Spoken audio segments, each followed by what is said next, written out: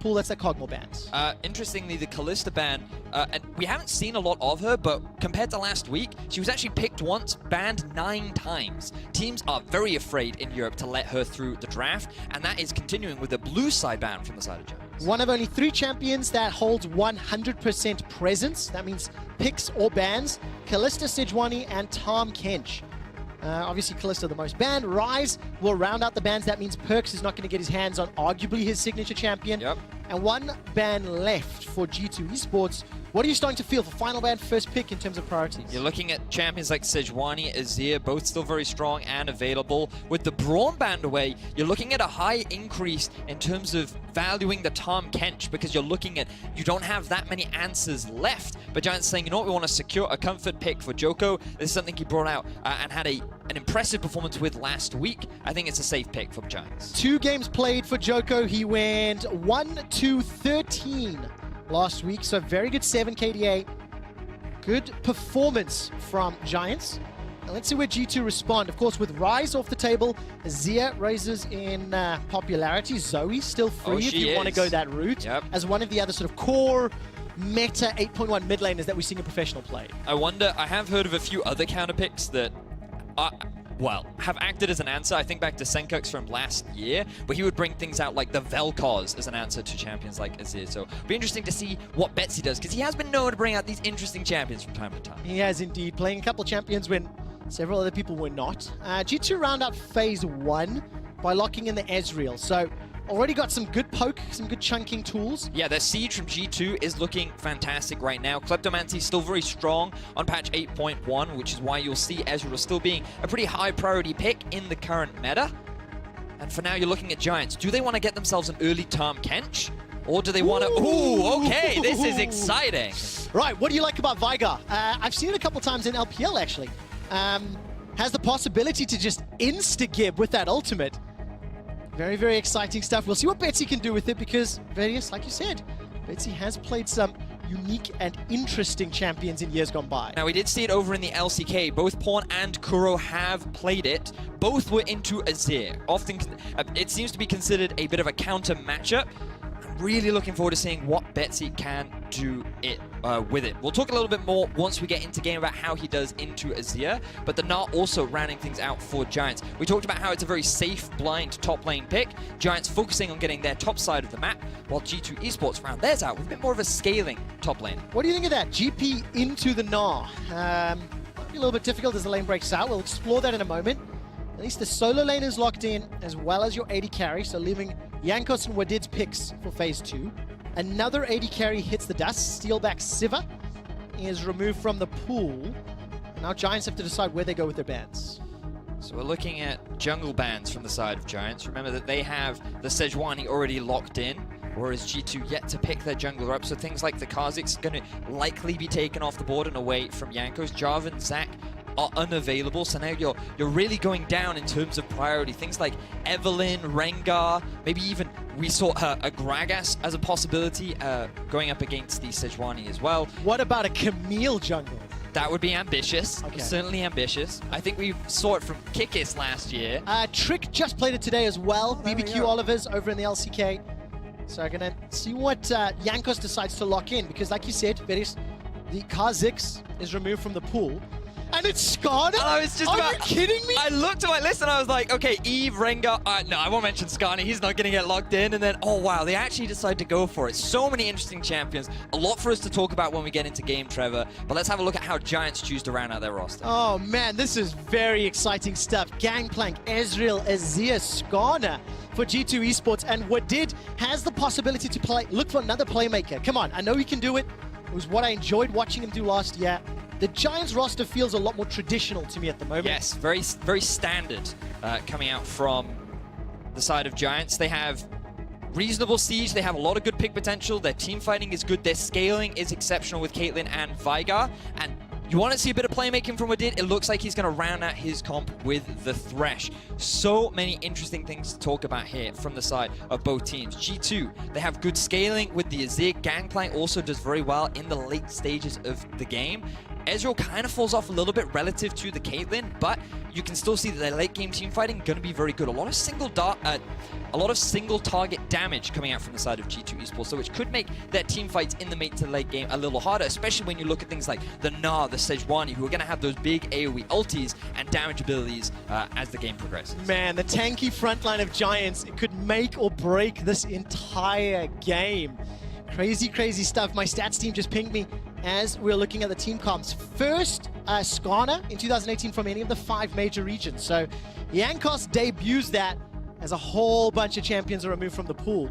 We did see it banned against Splice, I believe it was, towards Xerxes with his individual random champions that he loves to bring out. But, oh man, this is going to be good. What a great way to start off our day. Giants versus G2. One would typically expect this to be a pretty one-sided matchup, but after the performance of Giants last week, and with the composition that they've drafted, I think they're going to put up a good fight against this G2 eSports line. Few things to have as expectations. Of course, Giants' vision was so good last week. Let's see if they can not only do that again, but use it to lead the G2 squad going forward. See G2 as they step up to the plate. We talked a lot about that man on your screen, Ruin, going up against Wunder right now. Gangplank versus Gnar. Ladies and gentlemen, we're loading up onto your screen. Going to give a quick shout out to the Dublin City University and the 2018 Collegiate Champions. Ireland representing as they've brought 20 plus members here to Berlin to watch the EU LCS. Thank you guys for making the trip out here, and you better give me some noise in game. 30 seconds. Skarner, he's got the spires, he's got some control. It's a champion we've not seen a lot of.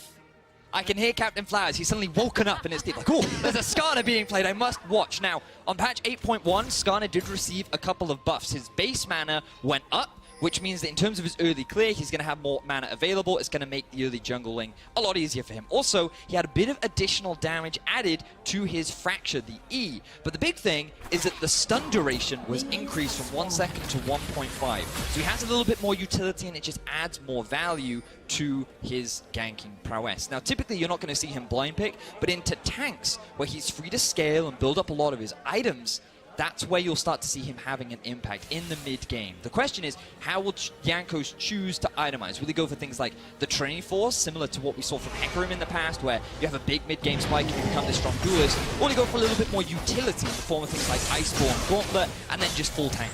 What would you prefer to see based on expectations? We talked a lot about the Giants' strength and how Giants actually looked pretty good on stage last week. Will Jankos get enough time to build up those items you just talked about? That's an excellent question. I would like to see Jankos go more towards the utility. I think an Iceborne Gauntlet would be better, especially when you look at this lineup and you think there's not a solid front line on the side of G2. They're going to rely on Jankos a little bit to act as a hard engage, or at least one of the engage tools for the side of G2. So just adding that extra tankiness, I think, will be a lot of value. But as you rightly said, in terms of the early game, we have seen Giants off to some fantastic starts and transition that into very effective early game snowballs. All right, very effective early game. Man on your screen, Ruin, we watched that clip of how he helped take over a game. But it was some good plays from Djoko and Ruin, sort of comboing up, taking charge from the laning phase. If we take a look at the gold leads that Giants were able to improve during their 2 games last week, you can see how before 20 minutes there's those big spikes. You know, went on to win against the Unicorns of Love, but that 10 to 20 minute growth, just something that's really impressive for this sort of ragtag group of players that had fairly low expectations. I completely agree with you. I think the fact that Giants came in with such low expectations and then they get these early game leads and know so effectively how to utilize them. A lot of it does come from the duo of Ruin and Djoko, in the sense that Ruin is great at getting early leads and Djoko is very good at applying early pressure. And I love that he's now come mid lane to help Betsy through what is a very difficult lane situation, given how far the lane is pushed up against a long-range, poke-heavy champion as it. Yeah, PerkZ on that is here.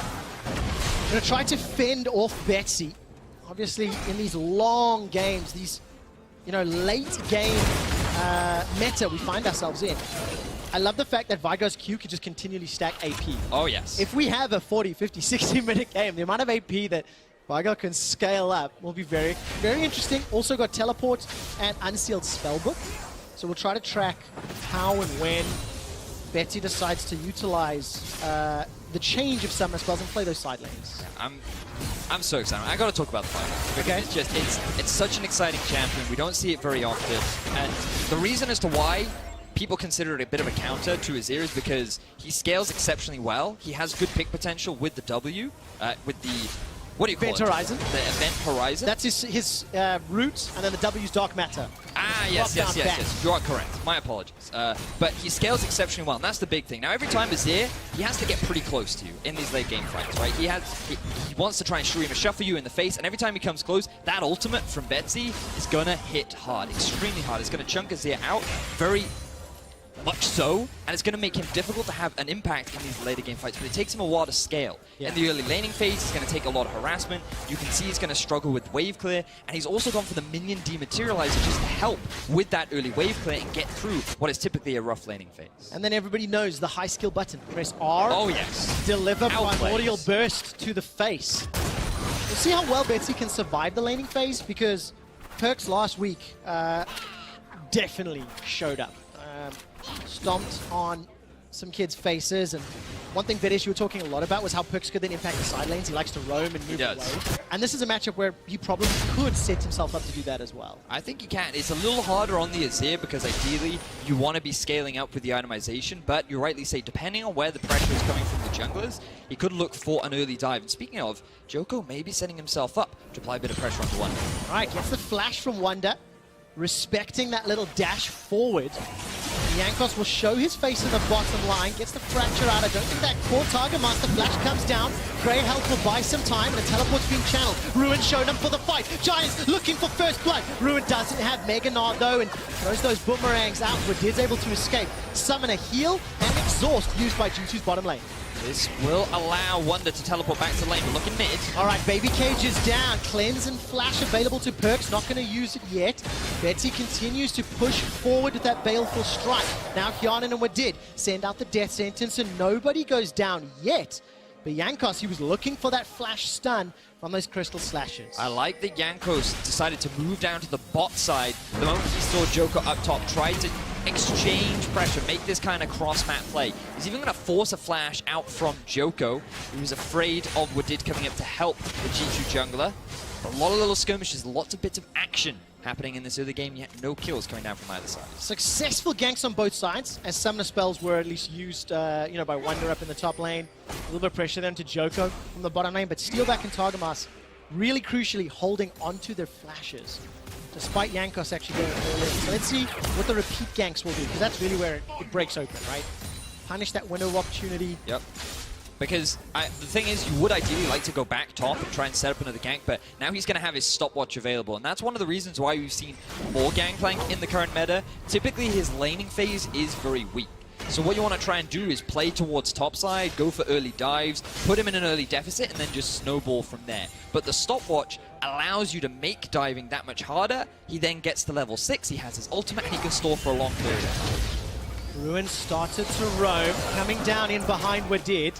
That boomerang will slow Wadid, but the Event Horizon was already used, so a little bit of miscommunication maybe, or mistiming.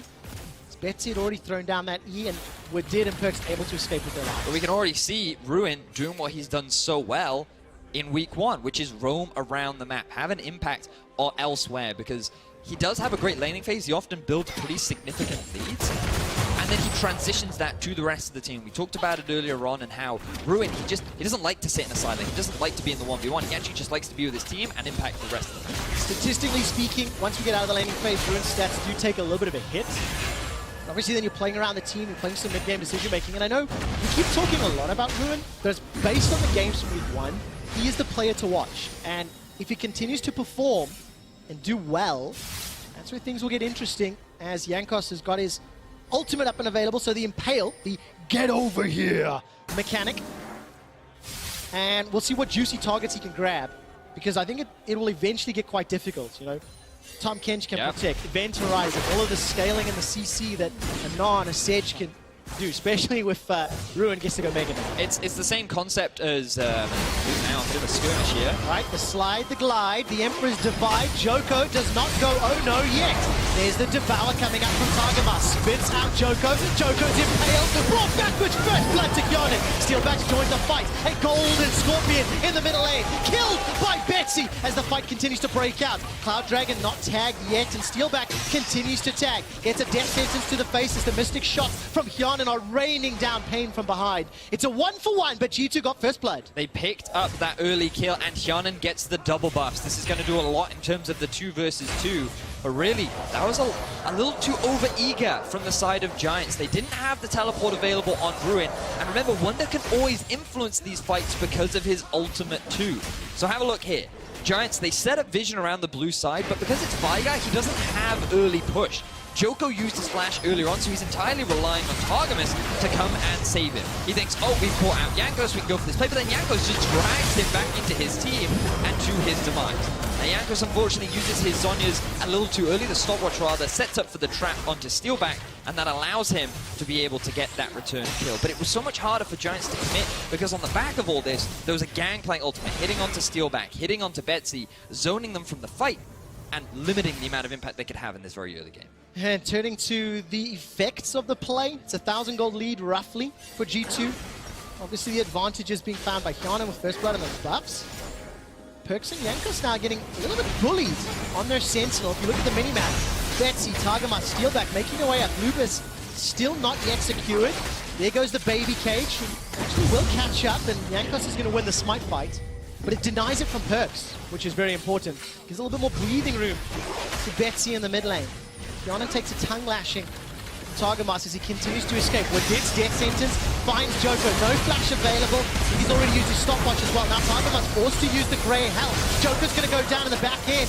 It's PerkZ that picks up the kill. Another impale. Targamas goes down.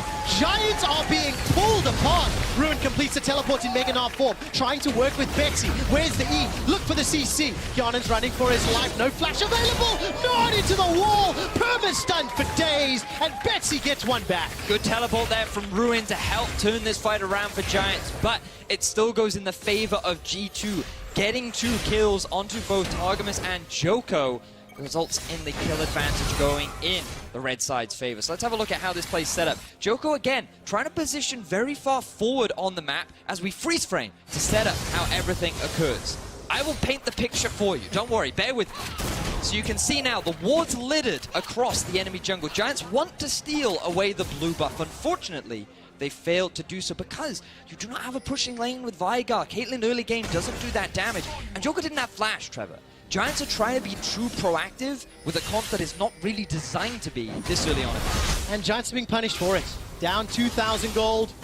PerkZ 1-0-2. Now, if there is a saving grace, the 2 kills that Giants have picked up is on Betsy's Veigar. That is a good thing. That is a very good thing in the scaling sort of champion. And I know you love to track things, Trevor, so we should keep an eye on how much AP Betsy has been able to build on his passive. I'm sure the observers will be able to help us out with that, because it's going to mean a lot as the game progresses. It does, and so do these trades. Hjärnan and Wadid playing very far forward. There's a teleport coming in from Betsy into the river. Jankos, no flash available. Crystalline Skeleton speed boosters now sidestep. Tongue lashing comes out from Targamas. Ace in the hole for Jankos. Look at the event horizon, completely cutting off any chance for escape. The lantern not gonna get close enough, but I was ramping up for it. And Djoko evens out the kill score at 3-3 for Giants. Now Jankos is the one to make a mistake. Both sides trying to move into the enemy side of the jungle without those defensive summoner spells and are consistently being punished for it. No action on the top side of the map as of right now. And look, Djoko has his ultimate available. Hjärnan, no summoner spells, but instead they're going to choose to back off. Steeelback, no mana, no teleport on Betsy. So both sides just disengage. All right, threatening that sort of Arctic assault by Djoko. PerkZ, the man on your screen, roaming. Once again, we talked about his roaming last week and his prowess. So look at a little bit of some of his stats. We'll get to that after this replay. And this was, of course, Jankos getting caught just a little over-eager. See, now he feels that with his mid laner back and his bot laner pushing, he can afford to go for this. He doesn't respect the fact that the enemy mid laner has a teleport, cuts off one route of escape. Tahm Kench is able to move up through the tri-bush and is able to cut off his other form of escape. And Jankos ends up getting stuck between a rock and a giant poor lady who can freeze him as he just tries to reach the lantern. Unfortunately, able to do so. Now, another gank in the mid. All right, Djoko needs to look for some CC. Glacial Prison thrown out, but PerkZ's cleanse gets so much value. Devour up in the top lane, Wunder's able to escape with his life. So the 3-man dive top is thwarted by Wunder, and PerkZ manages to shuffle himself to safety. G2 maintain a 2k gold lead. Jankos, he wants to continue on with the invade as Giants go for that early tower. The great thing you can do with a Tahm Kench is force a tempo advantage. Thanks to the ultimate, it allows you to bring multiple members into a lane much faster than your opposition, gets that turret faster, and they're looking to get that early first blood tower gold. But Hjärnan, he's lost his minion wave. He's gonna get it. 1 or 2 more shots, and there we go. Tower first blood goes to G2. They got first blood, they've extended that gold lead, and this chaotic start to the game, it's quite refreshing, it's exciting, and it's not over yet. Jankos gets a small stun into Djoko. Betsy no mana. Yeah, uses the blast cone to safety, so Jankos is able to escape, and now G2, they're the ones with the advantage, they're the ones with the lead. How long will that last? Hjärnan going toe-to-toe with Ruin, this should be an easy kill here. Ruin just runs him down, and Okay, that was bad. that was a mistake. That was awful. Yeah. He shouldn't have been that overextended. He took the tower, should have gone back to base. Ruin picks up an easy kill. Now Giants, they're set up nicely to be able to take that tier 1 on the top lane. Want to backtrack a little bit because we talked a lot about Ruin and Djoko and their impact in the early game, but Targamas has kind of gone unnoticed and how much he contributes to the early game success of Giants. And it's largely when he plays Tahm Kench. What you'll notice is how often he uses his ultimate to just get involved with the rest of the team, whether it's turning a team fight round in Giants' favor or trying to make these quick tempo plays or take advantage of tempo advantage rather, try and force early towers. It didn't work out this time, but Targamas is a very proactive early support playmaker that has actually contributed a lot to the success of this Giants team. I mean, this game alone, multiple roams, you know, almost every fight that took place in the river area, Targamas was there, landing tongue lash after tongue lash.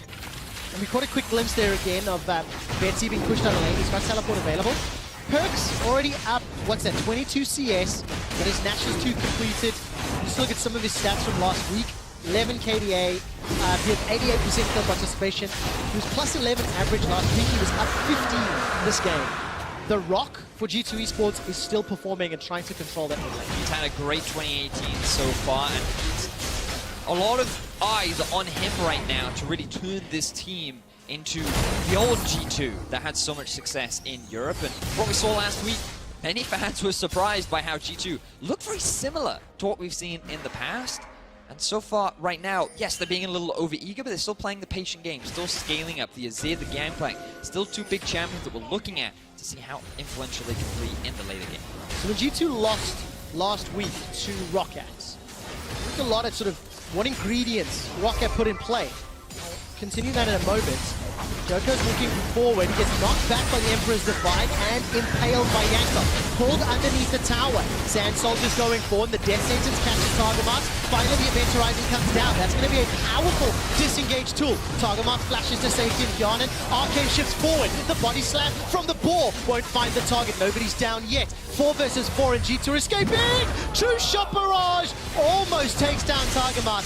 But G2 don't find any kills yet. Very close skirmish that results in no kills, but should set up the Rift Herald for G2 eSports. They're the ones that come out with the health advantage. A number of Giants members feeling low, but looks like Giants don't want to give up this fight just yet. Betsy still got that primordial burst. If he can find a target, he comes can't Ruin. run him down. Jankos is going to be able to take the Lantern to safety as PerkZ with flash available, looking to fight on the side lanes. Teleport's being channeled up into the top lane. Boulder toss from Ruin won't find a target as Hjärnan's used that arcane shift. It's on cooldown. Tongue lash to the face. 5-man stack of Giants. Now they're the ones split up. PerkZ trying to zone, apply pressure with the side lane. Not going to find it yet.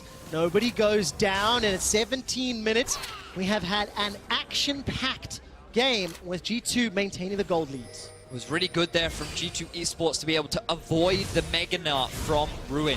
They just needed to buy time. They knew that he just wanted to jump into the 5 members, get a big ultimate, and restart the fight. But the disengage was effective, and Giants are unable to find it. Vedius, at the beginning of this game, we showed the gold graph leads that Giants have built up in week 1. They don't have that this game. They do have some scaling, and they have some good tools still available to them. but it's not the same early game that we saw last week. And this is where we're going to be looking at Giants and seeing how they adapt now, because we've seen them play with a lead. We know they know how to be proactive. They're a team that likes to just force objectives around the map, especially when Ruin has that advantage. But now they're the ones that are deficit. They don't have that kind of map pressure, and now they're looking for picks. PerkZ respects the event horizon and flashes before the animation can complete. So that means it's not available to him. Betsy, of course, also flashed in for that engage. So both mid laners, no flash available. 158 CS for Betsy. 1.5 items complete pretty much across the board. And taking a look at Jankos, he's going to tanky route. Cinder Hulk into a lot of HP stacking for now, Vedius. Looks like it. May very well build to Dead Man's Plate to give you that extra bit of movement speed. We'll have to see as the game progresses. A lot of damage coming out from this Ezreal in the mid game. Kind of what we'd expect by going for the early Iceborne Gauntlet. This is what Kleptomancy gives you, a lot of gold. Same for the Gangplank. So at this point in the game, G2 a lot stronger than Giants. That's why they're very confident in trying to go for these invades, forcing a lot of these fights in these skirmishes. The Giants, they just need to be a little bit more patient, be a little bit more reserved. But Djoko, he's saying, nope, we gotta fight more. No flash available. That's the Glacial Prison. The slide and divide not even gonna be enough. Outplay there from Betsy. Booped by the Primordial Burst. That one's gonna hurt. Ruin tries to pick a fight with Wunder, but that's the 5th kill for Giants. But G2, they have their eyes set on the tower. Not enough wave clear coming out from Giants. Hjärnan using the pressure he has on the Ezreal will take that advantage. Giants, G2 rather, still hold on to the gold lead. 3,000 now. Let's see if they can answer with this middle turret. Looks to be a defense set up by G2. Great barrel set up by Wunder. That's going to clear out the wave. So we crest 20 minutes. Here's a replay. Djoko has repeatedly ganked mid lane. Certainly has. He is one of the big early game playmakers on Giants. He's continuing with that trend by constantly looking to apply pressure. Even though he does have 2 deaths thanks to his over-eagerness and over-aggression in the very early game, he has made up for that, allowing Betsy to be able to get 3 kills. What a return to form for Betsy, especially after what was a bit of a rough year for him last year. Yeah, a lot of struggles. He'll be very excited about the Swain rework announcement. Oh, yes. That came out. We'll have to see how that kit works out. Before that, Betsy's got to work through the rest of this game. The first Drake was Cloud. It went to G2 a little over 5 minutes ago, and with Mountain spawning next and mid lane available, mid lane tower still up and available for both teams. Su gets priority, Su gets control there, and generally they can make that first move into the river, start a battle around Vision itself. Now, Wunder doesn't have his teleport, which is why they've got Hjärnan and Wadid pushing out top. They'll likely now move towards the bot side, help push out the mid lane, and then G2 will set up vision control around the Baron area. No members of Giants are actually here to answer. They've kept both Steeelback and Targamas up towards top, and this should give G2 the freedom to gain full control of the bot side trade. Yeah, no real defense yet. Jankos with Flash Impale available. Betsy doesn't have his Flash. Event Horizon comes down. Kench is unbenched, will deliver some additional firepower to the Giants roster, and no opportunity was good enough for Jankos to go over the wall. Ruin rotating from the bottom lane was a big dissuader in that fact, and it's a Warmog's first for Jankos. Looks like he is just going for that full tank route. Keep an eye on the number of engages that we use. Ulti is down for Djoko, ulti down for Wunder. Still the Impale on Jankos. I don't think Giants should gamble for this. Just give up the Matt and Drake. Recognize that G2 right now are in the better position to take the fight. Exactly what they do. Ruin's trying to come in from the side. Gnar's available to him. Djoko gets interrupted. The Impale as well as Targamas saving Djoko's life. That means G2 unable to find more. Ruin has committed for the fight. Flash available in Gnar. He wallops forward, catches down Hjärnan, stuns him with the crunch. Event Horizon buys some additional time. These fights are going on for days. Now PerkZ is the target. He fancies a shot at Djoko. The Sand Soldiers will do the work as a Primordial Burst. Gets one back in reply. Targamas follows us. Well, it's a 2-for-1 in favor of G2, but they also get the Dragon. I don't know why Giants felt the need to try and fight this. Remember, their comp at this point in the game is not strong enough to take on the full 5v5 lineup of G2. Djoko still doesn't even have his ultimate available. The fact that they were able to get a kill out of what looked like a dire situation is really the best case scenario, given what Giants tried so hard to force. Means that Giants maintain the same tier to a 3,000 gold deficit as we continue to scale up into this mid-game.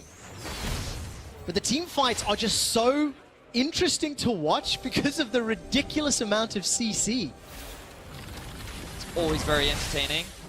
Now, We talked a little earlier about keeping track of Betsy in the middle lane, how much AP he has been stacking. I just had a quick look on the spectator. 172 AP is what he's gained from his passive so far. He is sitting on 355 ability power, 23 minutes into the game. With 2 not huge amounts of AP items. Yep. So it's going to be very scary. We also caught a glimpse of PerkZ's HP bar when he got chunked out by that primordial burst. I think it'll actually be in this replay. Yeah, we'll keep an eye on it. But here, so Giants just need to disengage at this point. I think they don't want to risk losing the mid lane tower, and they think they can just disengage. But with Ruin on the flank, Giants still feel confident they can go for a fight. But PerkZ zones away all 4 members and then just gets a little too greedy. We don't have time, another fight. Yep, Hjärnan's dead. Gonna get caught down, devoured out by Targamas. Djoko now moving forward. I'm looking for Betsy to put the E down. Will not find G2 champion. And while we were in that replay, Hjärnan was caught out. It's 24 minutes into the game. There's 2 tanks on the Giants side, so maybe they're going to start setting up some vision around Baron. And in fact, they're just going to start at Vedius. Wow, this is ambitious from Giants. Ruin is down the bot. They have picked him out. He does have teleport, though. And Jankos hanging off on the side. 5 versus 4. Ruin's making his way up. Wunder can join the fray. Cannon barrage and teleport available as well. It's a good stun onto the root. Targamas uses the Devour to keep Betsy alive. TP complete from Wunder. Here comes Ruin. Megadol's going to be available. Jankos goes all the way forward. Jankos caught, and it's a double kill for Ruin. The man we talked about, the carry that Giants needs. 9-5 in kills now in the favor of Giants. They didn't want to commit to the objective. They just wanted to bait out a couple of summoner spells. Teleport used from Wunder. They got 2 kills onto 2 members of Giants. This will now give Giants an opportunity to better force and play around that big neutral objective now that they will have double teleports on their side. Giants forcing so many skirmishes, trying to fight as often as possible, even though they're at this point in the game, shouldn't really be winning out on these fights, are playing them so well that they're able to come out on top. And of course, this one started in that 4v3. Yes. Look at your mini-map. It's Ruin coming up from behind that really helps push Giants over the edge. Exactly that. So they're just buying time to allow Ruin to get a great event horizon to lock up these multiple members. Remember, Hjärnan is dead as well, and then Ruin joins the fray. So much continuous ground control coming out from this Giants roster just allows them to stack it up multiple times over and over a repeated extended fight. Things like the Sejuani passive, the Tahm Kench passive. It's so obnoxious and so difficult to disengage from. Ruin just using the Mega Gnar, pulls Jankos in range, and that means Jankos gets his 3rd death of the game. Giants, they're still behind, but it doesn't feel like they're out of control yet. Oh yeah. Very clear that they've taken a few punches as Wadid's death sentence goes just a little bit wide. Djoko's able to escape with his life. 2 teleports up on the side of Giants, and now we need to see how good is Giants' mid to late game. They actually lost to Vitality last week because their mid to late game wasn't the greatest, wasn't the cleanest, and Giants are also in a deficit this game as well. So they're quite happy though, because last time when they played up against Vitality, their team actually got outscaled, but given the position they're in, the deficit they're at, considering how well their comp does scale, I think they're fine. The Djoko's in some serious trouble. He is indeed. Devour from Targamas, flash over the wall. PerkZ is looking for the Emperor's Divide. Not yet thrown. That's on cooldown. It's on cooldown. Over the wall. Man, oh man, Jankos is hungry.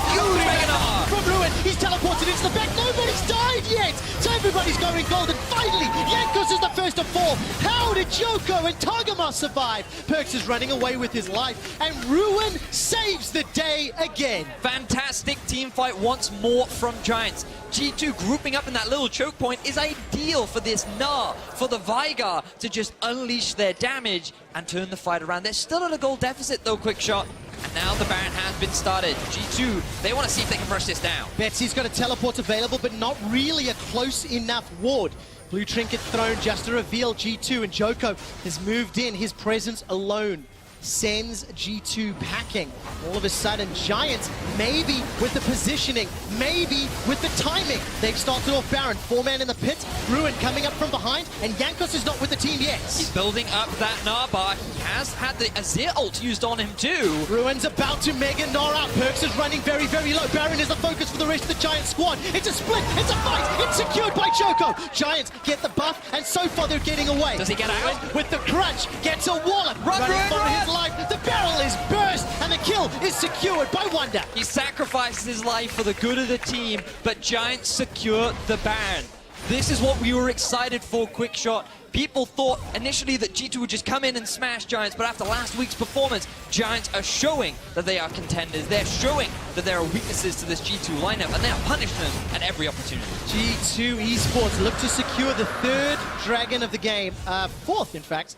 I'm going to believe those graphics at the top. So that's a big investment as we continue to scale, but great decision-making from Giants. So we have to go back to the first team fight where all of this started. Targamas tried to keep Djoko alive. PerkZ then doesn't have his ultimate. That's what they were relying on to get the initiation off. Instead, Jankos has to flash, and then look at Ruin here. Beautiful wall.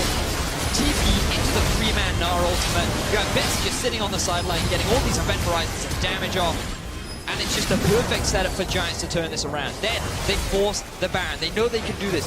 G2, rather than commit to try and fight for the Baron, knowing that they don't have the jungler, they did try to kill Ruin. You have to question the decision-making here from G2 to try and commit onto the top lane, rather than contest that big objective. But it ends up in 1 kill, but a Baron going for Jankos. So exciting. Giants, the one remaining member in the 2017 squad that qualified.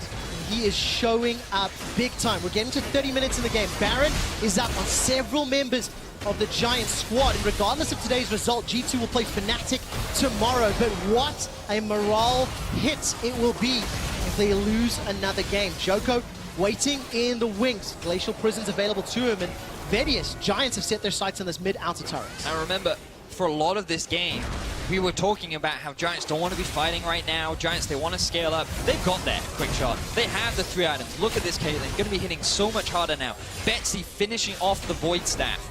Yes, G2 still have a lot of damage, and they're not completely out of this game yet, but Giants should feel much more confident trying to force these fights moving forward. Right, they played with a lot of confidence already. 3 item spikes starting to crest. Void Staff is Betsy's 3rd item. Vedius, what's his AP stacking at the moment? Well, you check that on your clients. G2 are trying to push Betsy and the rest of the Giants away. 227 has been stacked up. 532 AP in total right now. Oh, that hurts. His primordial burst right now up to around 1,300 damage before adding some of the additional AP from his opponent. That is scary. That is very scary. That's why there's a Banshees on top of PerkZ right now, showing the respect, recognizing, hey, if he just can only use the ulti on me, at least I can try and block it out. Let's talk about some of the itemization in a moment. Death sentence from Wadid goes a little wide. Djoko gets eaten out by the Impale. Event Horizon buys some time. The box is laid to the side. It looks like a Venn diagram of AoE CC, but it will not be anyone dead yet. Fight continues to temper expectations. Ruin with Mega Gnar, no flash available. That's going to be enough to at least zone G2 from defending their tower. No minions though, means defense is up, means tower stays alive. And Ruin once again looking for this flank, trying to force his way into the fight. Wunder level 16, doesn't have the ultimate available. They're doing their best, but this tower is sure to fall. The issue that G2 are having right now is really finding a way, or have struggled to find an effective way to force a fight onto the Giants roster. Because remember, their only effective engage is Jankos running in, getting a flash hook onto someone, trying to just be obnoxious, get onto the backline. There are no QSSs yet, but that's because he's only ever used his ulti on Djoko or Targamas, the frontliners for Giants. He's never yet found a flank onto the backline and threatened those carries of Giants. Man, such a good game from Djoko, helping out the lanes that were struggling. Djoko was the jungler that had the 2nd highest jungle proximity last week, meaning he spent the 2nd highest amount of time around his laners in comparison to all the other junglers in the league. In this game, there was numerous visits to that mid lane, you know, making sure that PerkZ wasn't able to completely steamroll Betsy. And then thanks to some of those skirmishes, Betsy was the early recipient of those kills. So it's slowing down a little bit now. Scraps. Yeah, it's very true. Djoko, he's had a great impact in the early game, but things are calming a little bit now. Betsy has hit the magical level 16. That now means he has 3 points in his ultimate quick shot. That means it hits even harder, and that's going to be terrifying for PerkZ if he goes anywhere near that mid laner of Giants. Yes, going to definitely be able to burst them down. Total damage this entire game, no real surprise. Ezreal always a little higher just because the amount of poke he throws out, but in terms of straight up crits, you can see that Steeelback, he kind of has a bit of an edge now that he's got 3 items. Oh, he does. Steeelback's got a license to kill with the 007 scoreline, and will he find it now? Djoko comes over the wall with the Glacial Prison. Event Horizon prevents Jankos going any further. Steeelback turns his attention over to the inner turret. while Ruin is zoning away Wunder. Death Sentence goes down, but it might be a problem for Jankos. Forced to use that Lantern to escape to safety. Now all of a sudden G2 trying to pick up the table scraps. That 3,000 gold lead they had is dwindled to 800, and that is insignificant at this stage of the game. The level of confidence that Giants are playing. It's great to see Giants continue with this kind of performance. Ocean Drake will be up in about 45 seconds, along with the Baron, but the vision game now begins around these big neutral objectives. G2 have done a great job of maintaining control on the side of the map of Giants. They want to make sure that they see as much as possible, allowing them to set up for this big neutral objective. And Giants, they have slacked a little bit, but it's because of how many skirmishes and little fights they've been trying to force all the time. Oh, it's just such an exciting start to the split. You know, G2 already lost last week to Roccat. They're starting to have an exciting game here with G2. 35 minutes in, we've had a lot of action, a lot of fights, and no super clear advantage yet. You know, both teams have had good moments and slightly messy ones. And now we enter that late stage of the game. Wunder, Infinity Edge to go along with his Phantom Dancer Triforce. That is a very scary Gangplank. Yep, this is the late game Gangplank we were talking about. Late game Azir as well. Both of them going to hit exceptionally hard, but can they get onto those backline threats? Can they get through this tanky front line of Ruin and Djoko, who really have just hard committed to being a front line? Well, G2 uncontested on all of the dragons so far, really. They've had the timing. That means Elder will come up just after 40 minutes. Means won't be a problem with Baron if one of the teams can look to pick that up. But as we're in a 35-minute game space, Flash is available for Jankos, not going to need it. Gets the Impale and the Lantern combination. Jankos, now the man that's in trouble. PerkZ gets the Shurima shuffle down. Targamas is out. Jankos is going low. Steeelback is going to protect him. That's a great Mega Gnar from Ruin. Sets up Betsy and Steeelback to knock them down. Wunder is out and Steeelback walks away with a double. It started off with such a promising fight for G2, but they could again only hit onto the front line. Betsy and Steeelback were allowed to reposition, and once they did, Ruin set them up, and the carries hit it home. Fantastic fight for Giants, and they secure themselves another tower. What more can they take? Event Horizon is available for Betsy to push Jankos away, but he fancies a shot at the mid inhibitor turret. Giants have split up somewhat as the inhibitor top now falls. Betsy is going to get some assistance from a teleport, this time coming down from Ruin. Keeps alive the cannon minion, continues to put the pressure onto G2. They've lost one inhib, and they're at risk of losing another. Giants they're going to be happy with taking the one inhibitor, but G2 want to try and keep the chase going. Remember, Baron is alive, so Giants, if they all just recall right now, there's the risk that G2 just rush this objective down. They have to make sure they can see what G2 is up to before they go back and spend some of their gold. What a fantastic setup for Giants. They now hold on to the gold lead. Giants looking for another. Yeah, ooh, looking for the opportunity. Going fishing with an Event Horizon. And all of a sudden, Giants now, after being behind for the vast majority of this. Let's say the last 30 minutes. You know, they've been behind in gold, they've been under pressure. They now take map control thanks to this play. Now, Targamas, he's just trying to capture up Jankos. They drag him in. Fantastic combo with the Thresh and the Skarner. But now they're in this choke point again. And just keep your eyes on Ruin at the bottom of the fight. He jumps in. He gets the multi-man ultimate off. Betsy's sitting there dealing all of his AoE damage. And Steeelback is left untouched on the sides. This is how you want to be playing this comp from Giants. Front line is, funnily enough, in the front, soaking up the damage. And the back line, just look at how much damage it is as another fight starts off. All right, let's see. Jankos manages to escape. Glacial Prism was used. Nothing further. Can I get an update on Betsy? He's got a Rabadon's death cap completed. Oh god, 1,006 AP. And what's the bonus on his Q from that Baleful Strike? 290 ability power. That's more AP than I can buy in most of my games, and he's picked it up for free just farming. 1,000 ability power. That is insane. His ultimate does around about 2,000 damage just raw. Before resistances, etc. So G2, how on earth do they deal with the primordial burst? A burst can deal that much damage. Baron has started, no real contest yet. Hjärnan finally gets in range. That's low. Shot spam. Baron will be secured. Smited down by Djoko, the death sentence. While it gets a target, there's no additional follow-up. PerkZ was zoned away by Ruin, who went Mega Gnar once again. Ruin has a huge backpack, and the Giants are in it. What a fantastic game from Giants overall.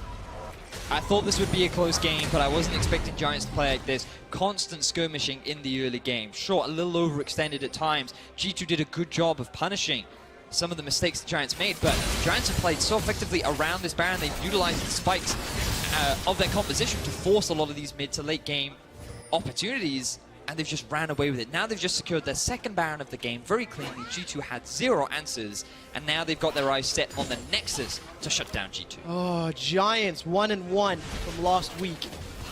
Lost to Vitality after having an early lead. Bounced back this game. They were in a deficit. Behind in gold, behind in towers, behind in tempo, and they had the scrappiness, they had the team fights. And they're now sticking it to G2. How does G2 defend? Going to be relying on PerkZ and Hjärnan. Stay alive, avoid all of that CC, all of that control. Fortunately for them, they can do pretty well with the wave clear. Only chipping down that inhibitor turret ever so slightly. Djoko's the target of the Impale, and Giants now making their way.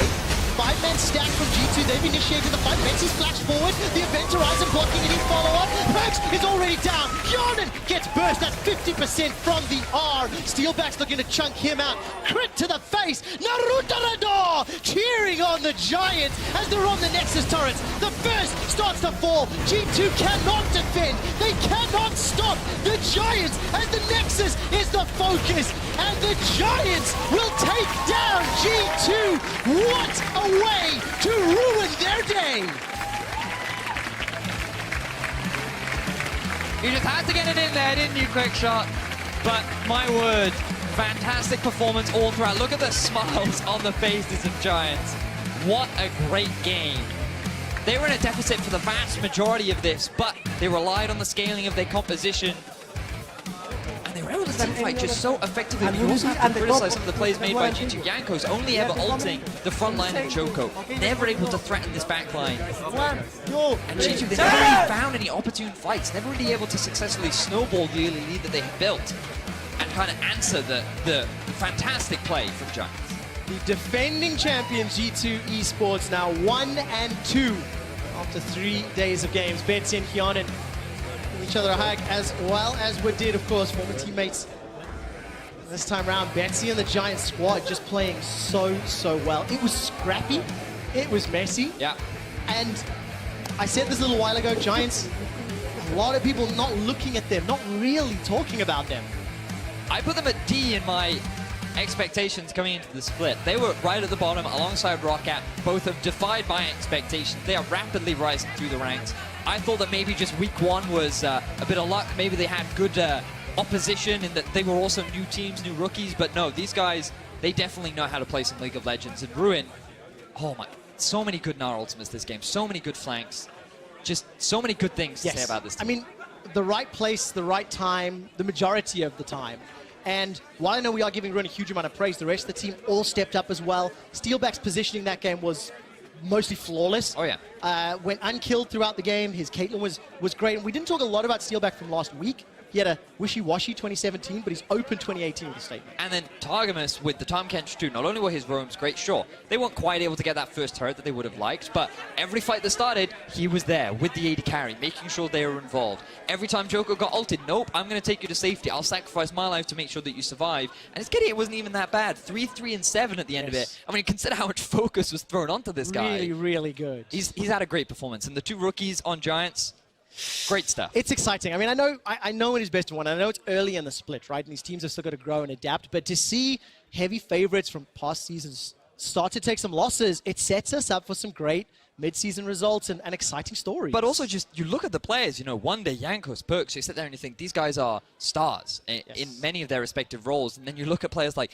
Djoko, Steeelback, Betsy, who did not have a great 2017. Yep. They did not look like they were up there. But you put a couple rookies in there, you jumpstart the kind of fire within them, about it, and they look so good. Some of those guys potentially lost chance. Guys that have been around, bouncing between teams, you know, it's words that you can't, that are somewhat justified. So we'll have to see. I mean, it's a great performance, it's a great win. For a little bit more on exactly how Giants did that, we're going to go down to Djoko, who's standing by with the newest member of the EU LCS broadcast team. Thank you very much, Trevor. I'm here joined by Djoko, the jungler of Giants, after this first win of the week. How are you feeling today? It feels amazing to win versus G2 because like I always lost versus them, and it's just amazing. Well, I mean, new year, new team, and you're 2-1 already. Were you expecting to win today? How did you prep for the game? Yeah, like we were pretty confident because like we saw they are like kind of struggling with like versus Rocket and other teams. So we were like confident, and yeah, everything went pretty well for us. Yeah, and it really go really well for you. I mean, we're gonna talk a bit more about the game, especially the Skarner pick, because even though it seems like an interesting choice, it didn't work that well, did it? Yeah, like today we had some warm-up game versus Splice, and they actually like play Skarner, so we were like, okay, people can play Skarner versus Sejuani, so we were like, can that prepare, you know? And yeah, we were used, you know, to play versus Skarner, so yeah, I think it's good pick, but didn't go well for them. I said it before, but it's a really promising start for Giant this year after the kind of a slump you had last year. How do you feel about this split, and what are your expectations with Giants? Yeah, after this game, we can see that like we are pretty like coordinated in team fight. Like we are actually more like really good in team fight. We speak a lot, and I think we can do pretty good because we like confident, you know, to each other. We trust each other, and we trust our coach, and it's like based on like good atmosphere in the gaming house. So yeah, I think we can go. Like we can do pretty good this split. And we'll see how it goes from there. And that's all for us on this side of the stage. We're going to take a quick break, and right after we'll come back with Rocket versus Splice. Don't go anywhere.